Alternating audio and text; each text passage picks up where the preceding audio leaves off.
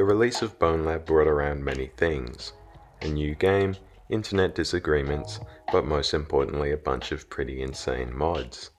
These include maps, guns, items, vehicles, the occasional NPC, and avatars, all of which being at least slightly cursed in their own unique ways. Today we'll look at the modded maps, with some having a lot of effort put in, and others having a lot of effort put in but with a much less pretty result. The first map I decide to play is the 7-Eleven, a map that was a favourite from Boneworks. I spawn out the front, looking right at a building with a silhouette of a person inside, but I'm sure he's just part of a neighbourhood watch or something. I head inside and check out this bottle of mustard, and yeah, nah, that's definitely a bottle of mustard. I've seen a bottle of mustard before. I place it back on the wrong shelf and shoplift a shotgun, which is relatively innocent when compared to the slap in the face to all retail workers I just did.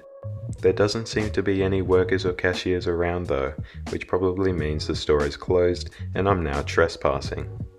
Anyway, I go around with a shopping cart, picking out various items, like the schlorp sauce, which reminds me of my childhood, and spunky unky scooey milkos, which remind me of last Saturday night, where I sat by myself in the bath eating them.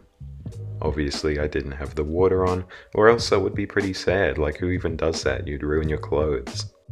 There's an elevator in the corner, so I see what's in the basement, and honestly I expected worse. But I'm not about to have a meet and greet with shadow monsters, so I head back up. I check what's going on in the parking lot, and I notice that the guy in the window is gone. I believe in a little thing called love thy neighbor, so I get out my pump action shotgun and make sure he's okay.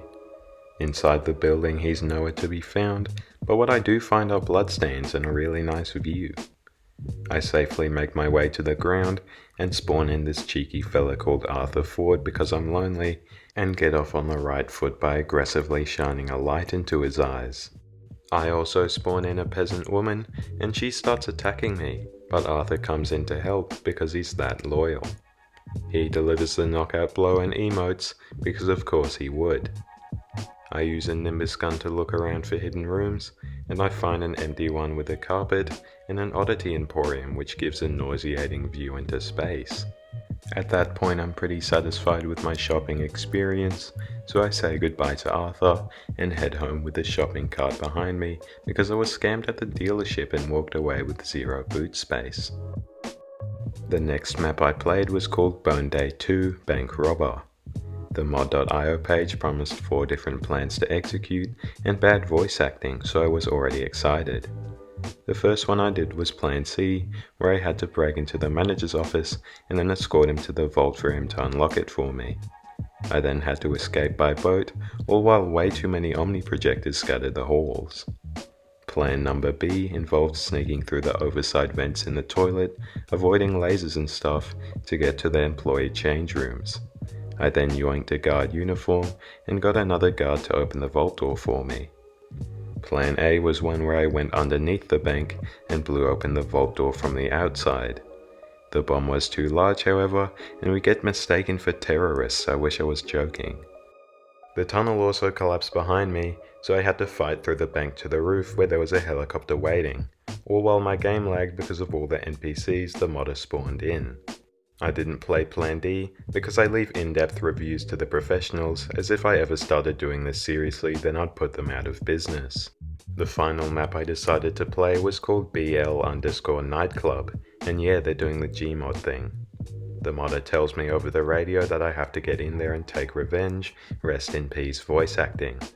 I sneak in and stealthily start taking out the guards before I reach the dance floor and the music kicks in. It's a full firefight, and soon enough I reach the underground parking. I decide not to follow common sense, and jump into the back of this van, and get taken to a room without a door or any windows, which is just classic. Can't wait for the sequel called BL_Basement. But yeah, no, that's the video. I'll probably make more mod videos because they're as fun to script as they are to film, and yeah, I'll see you later.